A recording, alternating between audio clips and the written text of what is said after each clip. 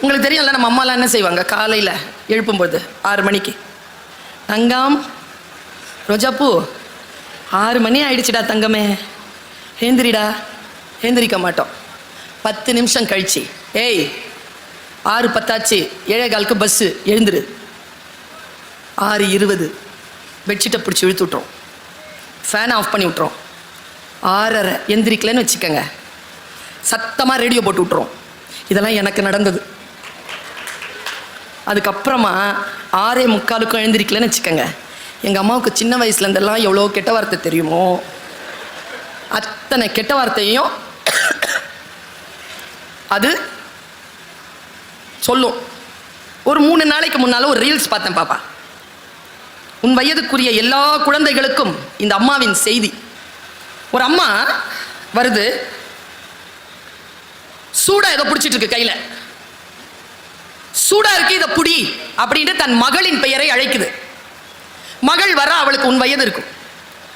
வந்தவ இப்படி புடி அப்படின்ன உடனே அது இப்படி நீட்டுது கைய. அந்த அம்மா சொல்லுது, இங்க இப்படி சூடா இருக்கு, இங்க இப்படி, மறுபடியும் இப்படி நீட்டு, புடி புடி. நான் இப்படி இப்படி நீட்டுச்சா, கடைசியா சத்தம் போட்டு திட்டின உடனே இல்லை அந்த பொண்ணு இப்படி பிடிச்சது. இப்போ நான் இங்க நிக்கிறேன், நிறுத்துறேன். அந்த பெண் சொல்ல சொல்ல சூடாக இருக்கிறது என்று தெரிந்தும் இப்படி கை நீட்டியது ஏன்? ஏன்? இப்போ நான் இருமுனேன்னா மாவட்ட ஆட்சியர் அதை கொஞ்சம் சீரியஸாக எடுத்துக்கிட்டாரா? ஒரு ஆளை கூப்பிட்டாரா? நேராக போய் அந்த ஸ்டவ்வை சுவிட்ச் ஆஃப் பண்ண சொன்னாரா? இதெல்லாம் நான் பேசிக்கிட்டே கவனிச்சிட்டேனா? நீங்கள் என் பேச்சை கேட்காம அதை கவனிக்கிறீங்க. புத்தகங்கள் என்ன செய்யும் தெரியுமா? நீங்க என்ன வேலை செய்யணுமோ அந்த வேலையை செஞ்சுக்கிட்டு உலகம் முழுக்க என்ன நடக்கிறது என்கின்ற கவனத்தை உங்களுக்கு கொண்டு வந்து சேர்க்கக்கூடிய ஆற்றலை புத்தகங்கள் தரும். ரீடிங் ஹேபிட் எவ்வளவு பெரிய விஷயம் தெரியுமா ரீடிங்கிறது? நான் தான் சொல்றேன். ஏன் அந்த பெண் அப்படி நின்னா? ஏன் அவ கையை இப்படி நீட்டுனா? அவளுக்கு அறிவு இல்லையா?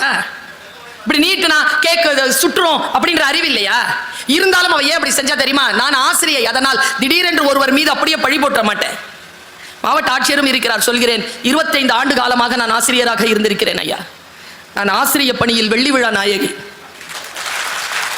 ஒரு விஷயத்தை சொல்றேன், என் வகுப்பில் இதுவரைக்கும் யாரும் ஒருத்தர் கூட ஃபெயில் ஆனதில்லை. அடிக்குறிப்பு ரெட்லைன் ஃபெயிலாக விட்டதில்லை. புரிஞ்சுக்கணும்ல, அந்த குழந்தை ஏன் இப்படி நீட்டுது, ஏன் இப்படி பிடிக்க மாட்டேங்குது? எங்க அம்மாட்ட போய் நான் கேட்டேன், அம்மா இந்த பொண்ணு இப்படி பண்ணுது ஏமா? அது தெரியாத உனக்கு? எங்க ஊர்ல சொல்லுவாங்க, எங்க அம்மா காயல்பட்டினத்துக்காரங்க, எங்க ஊர்ல சொல்லுவாங்க, ஒரு மருமக இருந்தாலாம், அவ ஓரம் மட்டும் பெருக்க மாட்டாளாம். மாமியார் கேட்பாங்களாம், ஓரம் பெருக்கலாம்ல, அது பெருக்காதான். உன்னை நல்ல குடும்பத்துல இருந்தானே எடுத்துட்டு வந்தேன், என் பையன் அவளை நல்லா சம்பாதிக்கிறான், உனக்கு கொஞ்சமாவது புரியணும்ல, ஏன் இப்படி பண்ற அப்படின்னு 4-5 திட்டு வாங்கின உடனே சரி மாமி அப்படின்னு கரெக்டாக பெருக்குமா. அடுத்த நாள்லேருந்து அதுக்கு ஒரு ஆட்டிடியூட் வந்துருச்சு. தொடப்பக்கட்டையை எடுத்துக்கிட்டு நேராக அவங்க மாமி வாசலில் போய் நிற்குமா. மாமி கொடுக்குறத கொடுங்க, வீடு பெருக்கணும்னுமா.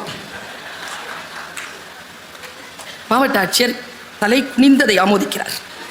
ஏன் தெரியுமா?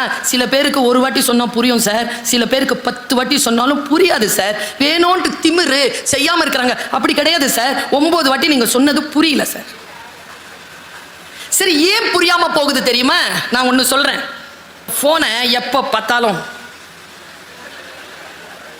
பார்த்துக்கிட்டே இருந்தீங்கன்னா யார் சொன்னாலும் புரியாது. புத்தகத்தை படிச்சீங்கன்னு வச்சுக்கோங்களேன், எவன் சொன்னாலும் புரியும். அந்த சொல், ஒரு சொல்லை இன்னொரு சொல் கடந்து, அந்த ஒரு சொல்லும் இன்னொரு சொல்லோடும் சேர்ந்து அந்த பொருளை புரிந்து கொண்டு அந்த அடுத்த கட்டத்திற்கு போய்கிட்டே இருக்கிறீங்கல்ல, அந்த பயிற்சி இருக்குல்ல, அதுக்கு பெயர்தான் கல்வி, அதற்கு பெயர்தான் அறிவை கூர்த்திட்டுதல். அதனால் சொல்லுகிறேன், இந்த அறிவை கூர்த்திட்டி தந்த புத்தகங்களே உங்களுக்கு நன்றி.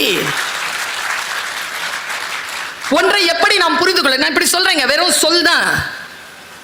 கருத்து ஏத்துங்க மந்திரம். வெறும் கயிறு தான், எடுத்து கையில கட்டினா கங்கணம், கழுத்துல கட்டினா தாலி, இடுப்புல கட்டினா அரணா கயிறு. கயிறு தான். வெறும் சோறு. கருத்து ஏற்றினால் பிரசாதம். வெறும் பேச்சு. கருத்து ஏற்றினால் சத்சங்கம். வெறும் கட்டடம். கருத்து ஏற்றினால் கோவில், வீடு. கருத்து ஏற்றணும்ல. அந்த கருத்து ஏற்றக்கூடிய அந்த ஆற்றலை எது தரும் என்றால் வாசிப்பும் புத்தகங்களும் உனக்கு தரும்.